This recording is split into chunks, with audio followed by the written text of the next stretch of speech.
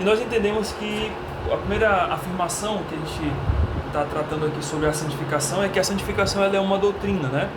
É uma doutrina da palavra de Deus. E o que é uma doutrina, né? Então, é um conjunto de ensinamentos bíblicos sobre um determinado tema, certo? Então, tem que ser bem específico no que é doutrina. Então, vamos estudar sobre o pecado. Então, vamos estudar o que a Bíblia fala sobre o pecado. E no estudo do que a Bíblia fala sobre um pecado, nós vamos entender o que é o pecado, né? Tudo ali. E ao estudar sobre isso, esse conjunto de versículos bíblicos me levam a entender e a formular a doutrina do pecado, certo? Então, sobre o que é o pecado, quem é afetado pelo pecado, as consequências do pecado, né? As consequências agora e as consequências futuras. Então, tudo isso, o estudo da doutrina do pecado vai me apontar, vai me dizer. Chegamos a essa parte aqui, a parte B, que é a relação da santificação com as doutrinas da redenção. Então, nós falamos que a doutrina da santificação tem uma relação com as doutrinas chamadas da redenção ou as doutrinas chamadas da graça ou da salvação. Então, ou seja, nós temos dentro da Bíblia doutrinas e tem algumas doutrinas que a gente pode categorizar num grupo maior. Então, nós temos as doutrinas da salvação ou da graça ou as doutrinas da redenção. E dentro desse grupo chamado doutrinas da redenção, nós temos as doutrinas da eleição, da regeneração, da justificação, da conversão, da reconciliação, da adoção, da união com Cristo, do batismo, da perseverança dos santos, da glorificação. E eu não coloquei aí, tem também a doutrina da santificação. Então note quantas doutrinas tem no grupo maior chamado doutrinas da santificação, certo? Então, só para os irmãos entenderem que a doutrina da santificação, ela não está solta, mas ela está associada a essas doutrinas. E a gente vai ver como essas doutrinas elas estão ligadas à doutrina da santificação, que esse é o estudo de hoje. Por quê? Porque lembra, eu perguntei isso aos irmãos, né? Todos os homens podem se santificar a Deus? Não. Por quê? Todo sim, não tem que ter um porquê, né? Porque hoje, na condição de todos os homens da humanidade hoje, existem homens que são salvos, pessoas, né, homens e mulheres são salvos, e homens e mulheres que não são salvos. Então, somente os salvos podem santificar a Deus. E lembra por que eu falei isso? Né? A gente vai ver mais pra frente ali, mas porque existem igrejas hoje que é o contrário daquele pensamento que a gente falou agora há pouco, né? Sobre a questão de uma das perspectivas de que você pode se santificar nessa vida a um ponto que você não peca mais, né? Tem uma doutrina que é o contrário, em que a ideia que algumas pessoas têm aí de fora é que você pode, que qualquer um pode se santificar a Deus, ou que santificação não envolve uma transformação de vida, não envolve a salvação em si. A santificação você pode desenvolver um relacionamento com Deus e essa santificação vai te levar à salvação. Então a santificação para muitas das pessoas aí fora, de muitas igrejas novas, recentes aí, e até do meio pentecostal, é que a santificação ela é o próprio processo de salvação. Certo? Então não há uma transformação de vida, há um processo de transformação de vida. Não há um momento em que Deus me salva, mas Deus está me salvando, né? Deus está fazendo um processo na minha vida que eu vou salvar, eu vou ser salvo. E no fim de tudo, eu nem sei se eu vou ser salvo. Por quê? Porque só Deus sabe. Porque quando eu chegar no céu, Deus vai avaliar se eu fui santo o suficiente para Ele me salvar. Olha só. Mas assim, o que eu queria focar aqui? Eu queria que vocês entendessem o seguinte, que então se todos os homens não podem se santificar a Deus, por conta dessas condições que nós falamos, né? Porque nem todos são salvos, então o que vai fazer com que um homem se santifique a Deus? O que a gente pode entender do que é um homem salvo? E a partir de então esse homem salvo, ele, portanto, se santifica a Deus. Então eu coloquei essa frase, essa segunda frase que tem aí, o segundo ponto, né? Terceiro ponto, que fala assim: A santificação é fruto da salvação graciosa de Deus, certo? A santificação ela só ocorre porque houve a salvação.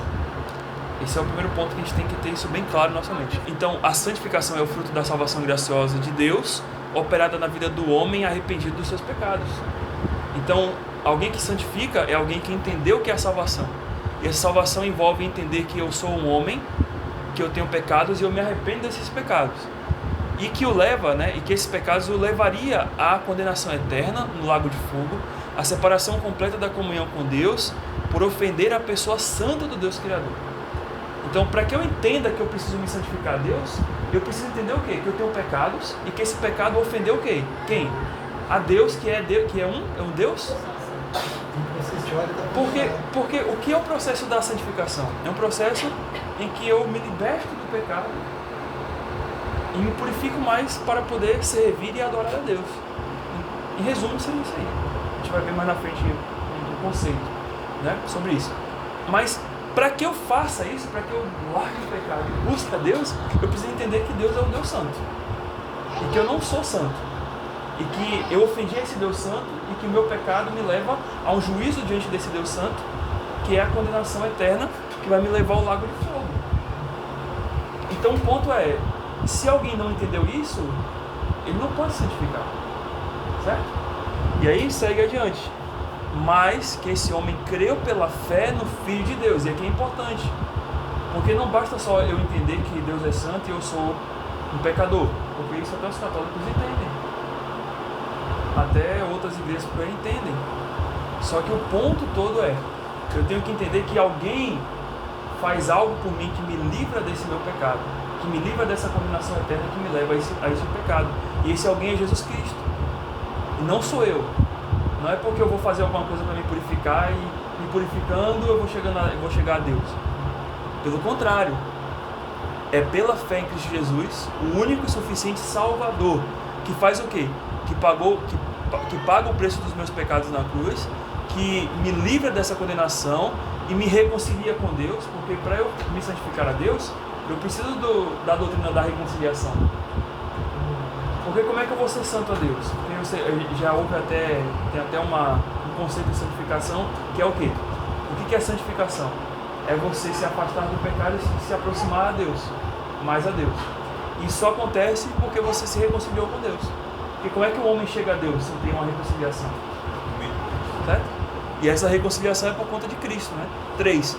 Que lhe concedeu a promessa da vida eterna nos céus, porque no final de tudo, por que nós estamos nos santificando?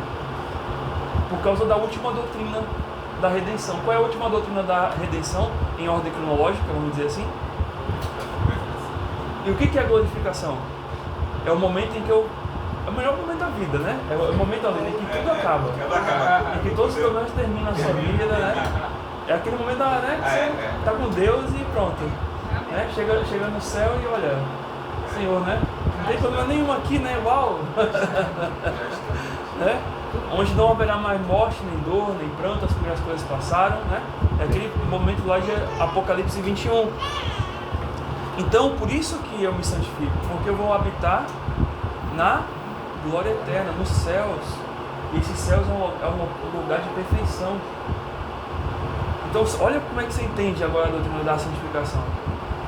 Não é mais assim, eu tenho que me santificar porque o pastor falou que eu tenho que me vestir assim, que eu tenho que falar e eu não posso xingar, que eu não posso fazer determinadas coisas que o mundo faz. Não é só não é isso. Você não santifica por causa disso. Você santifica porque você vai morar na glória eterna com o Senhor. E esse céu começa a partir de agora, a sua preparação, o seu relacionamento com Deus. Então, aí depois, ele me torna filho de Deus, que aí é essa questão da filiação, da adoção, E essa adoção é interessante, por quê?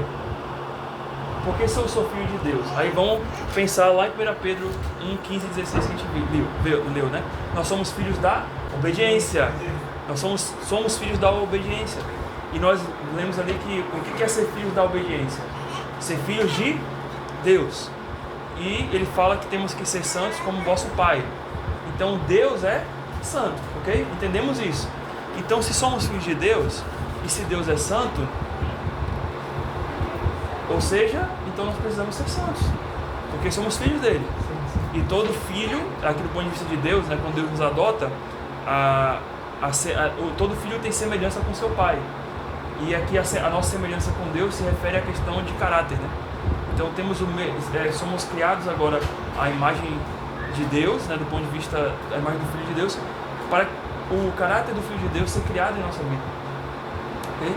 Então, por isso que nós somos filhos de Deus, como o próprio Jesus Cristo é o Filho de Deus. E nós recebemos o Espírito. Que Espírito é? Espírito imundo? Espírito Santo, gente. Então você recebe o Espírito Santo. E a gente não para poder pensar nisso, mas meu Deus, né? Por que eu me santifico? Porque eu tenho o Espírito Santo. E o que o Espírito Santo faz? Qual é a obra do Espírito? É convencer o pecador, o homem, né, do seu pecado, da justiça e do juízo de Deus.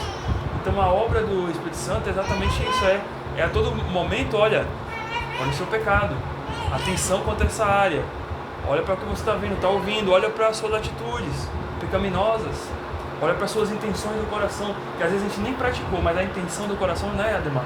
Ele falou, né? A intenção está lá dentro e essa intenção vai se mostrar de uma maneira ou outra se você alimenta. A gente falou, né, a gente lembra daquele exemplo de você não consegue impedir que um passarinho pouse na sua cabeça, mas você consegue impedir que ele faça um ninho. Isso tem a ver com a questão de você alimentar pecados no seu coração. Se apareceu a vontade, apareceu o desejo, mas se você, né, fala show, vai embora, né? Se você trabalha para você vencer isso, vai embora. Mas se você deixa ali, vai alimentando, daqui a pouco aquele passarinho que você achava que era só aquele ninho pequeno, ele é um João de barro, né? Ele já está fazendo uma casca grande de pecado no seu coração e está morando dentro, certo? Então a gente tem que ter atenção. E a gente sabe que no nosso coração habita quem? O Espírito Santo. E o Espírito Santo não quer dividir a casa com ninguém, com as nossas idolatrias, né? Com os nossos passarinhos idólatras, o João de barro da idolatria no nosso coração, né?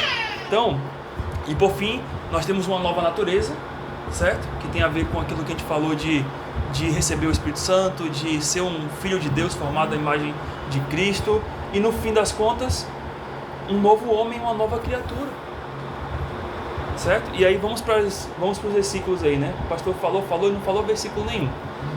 João 3,16, começa por aí. É o versículo mais básico que todo crente tem que saber, né? Porque Deus amou o mundo de tal maneira que deu seu Filho unigênito para que todo aquele que nele crê não pereça, mas tenha vida eterna. Então o que esse versículo ele me ensina?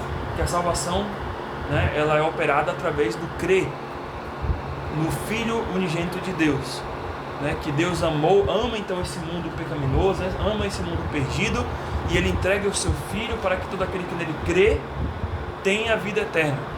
Então esse é o versículo base que nos ensina a questão de como é que o crente é salvo, de como é que eu sou salvo. Como é que eu sou salvo? Através de crer no Filho de Deus. É esse o ensino bíblico aqui, certo? Aí depois nós vamos para Tito 3,4. O que é que diz Tito 3,4? Quando, porém, se manifestou a benignidade de Deus, nosso Salvador, seu amor para com todos, não por obras de justiça praticadas por nós, aí o versículo já amplia o entendimento de João 3,16, não por nossas obras de justiça, mas segundo a sua misericórdia. Ele nos salvou mediante o regenerador e renovador do Espírito Santo. E aqui, qual palavra aqui nos aponta para a doutrina de santificação? Lavar. Né? A regeneração nos aponta para qual doutrina? Para a doutrina da adoção, né? Porque o que é regenerar? Né? Regenerar, né? Ou criar, né? Seria o quê? Gerar uma nova vida, né? Então nós somos gerados em Cristo, né? E aí ele une as duas palavras, lavar, regenerador, certo? Então aí temos as duas ali, né? Que agora somos filhos de Deus, e nesse momento em que somos filhos de Deus, o que acontece? Quando Ele nos adota na família dele, nós nos tornamos santos. Lavar, regenerador. Ou seja, Ele pega a nossa impureza, né? Ele nos limpa, Ele nos lava, nos dá uma nova criatura, nos forma uma nova criatura, uma nova natureza, e agora nós somos apresentados como filhos e como santos diante dele. E aí ele vai dizer que isso é uma operação do Espírito Santo. E aí ele continua: que ele derramou sobre nós ricamente. Aí vem 1 Coríntios 6,19. Olha o que ele vai dizer: acaso não sabeis que o vosso corpo é santuário? Está mais claro aqui, não está? Você está dizendo que eu, como salvo, eu sou o meu corpo, né? O meu corpo está dizendo o meu corpo inteiro, né? Não é só a parte material, tá? Nesse sentido aí, é o corpo inteiro, né? É tudo meu, né? Então, imaterial e material. Se o meu corpo é santuário do Espírito Santo, e ele fala depois, né? Que está... Então, nós falamos ali de 2 Coríntios 5, 17, 19, que olha o que ele vai fazer aqui. Ele vai unir um monte de doutrina aqui, tá? Ele vai dizer: e assim, se alguém está em Cristo, é nova criatura, as coisas antigas já passaram, eis que se fizeram novas, certo? Então aqui a gente olha para a conversão, certo? Aqui é a doutrina da conversão. Então houve uma conversão, e essa conversão me torna, ou da regeneração também, né? Me torna uma nova criatura. Eu sou regenerado, eu estou em Cristo agora, e as coisas velhas passaram, se fez novo. E ora, tudo provém de Deus, que nos reconciliou, doutrina da reconciliação, consigo mesmo por meio de Cristo, e nos deu o ministério da reconciliação, a saber que Deus estava em Cristo reconciliando consigo o mundo, não imputando os homens as suas transgressões, e nos confiou a palavra da reconciliação. Ok? E Efésios 4, 17 a 24, que fala sobre o que acontece depois que um crente é salvo, né? Isto, portanto, digo no Senhor e testifico que não mais andeis como também andam os gentios, que é a doutrina da santificação, na vaidade dos seus próprios pensamentos, obscurecidos de entendimento e alheios à vida de Deus, por causa da ignorância em que viveram, pela dureza do seu coração, os quais, tendo se tornado insensíveis, se entregaram à dissolução, para com avidez cometerem toda sorte de impurezas. Então aqui está falando que a gente não pode mais viver como vivíamos antes, ou como viviam os gentios. Então há uma diferença de vida.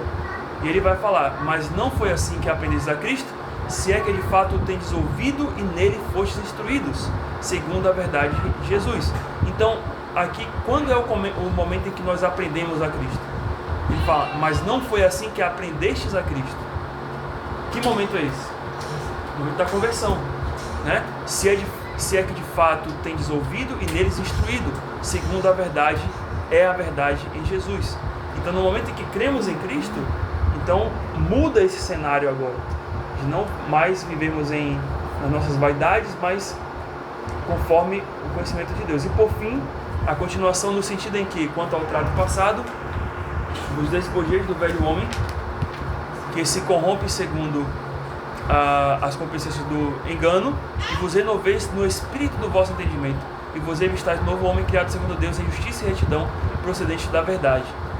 Então note a ênfase de Paulo aí nessa questão de que há uma mudança de comportamento. Quando você recebe a Jesus Cristo como seu Senhor e Salvador, né, há uma mudança de vida, né, de atitudes. Então apenas pessoas que passaram pelo processo da salvação são capazes de santificarem a Deus.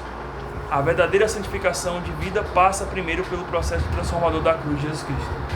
Então é isso que eu queria que vocês entendessem no fim de tudo, né? É que a santificação, para eu ser santo, eu preciso ser salvo. Eu preciso ser salvo, né? O primeiro processo é ser transformado pela cruz de Cristo. E aí a gente vai ver depois aí a diferença entre salvação e santificação, para a gente fixar esse entendimento, certo? Muito bem, irmãos. Chegamos ao fim, mas coloquem isso na mente, né? Gravem isso no coração. A santificação, ela não é uma doutrina que me leva à salvação. Quero que vocês gravem isso daí muito bem. A santificação é o resultado da salvação. O resultado de Deus me salvar é porque Ele não só quer me salvar e me deixar solto do jeito que eu estou, mas Ele quer me salvar e me formar o caráter de Cristo. E essa formação do caráter de Cristo chama-se santificação. Okay? Então é uma grande diferença. E que essa grande diferença leva a, muitas vezes, entendimentos errados e a seguir linhas doutrinárias erradas, como tem algumas igrejas aí que estão nessas questões. Mas vamos orar a Deus. Senhor Deus, nós agradecemos, Senhor, pela Tua palavra hoje. Sabemos, Senhor, que a Tua palavra ela é tão rica, tão preciosa, que nos leva a várias doutrinas, a várias compreensões, Senhor, dessas doutrinas que estão envolvidas umas com as outras. Sabemos que nesse processo que o Senhor nos salva é um processo magnífico, é um processo, Senhor, onde o Senhor atua para nos purificar, ao passo que o Senhor também nos dá condições para também sermos capazes de agir em prol da nossa própria pureza diante do Senhor. E agradecemos, Senhor, que o Senhor nos chamou não somente para sermos salvos, mas também para sermos como o Senhor é, santos. Então nos ajuda a ir desvelando essa doutrina e aprendendo a importância dela em nossas vidas, para as nossas ações, para que sejam ações que glorificam o Teu nome. Oramos a Ti em nome de Jesus Cristo. Amém.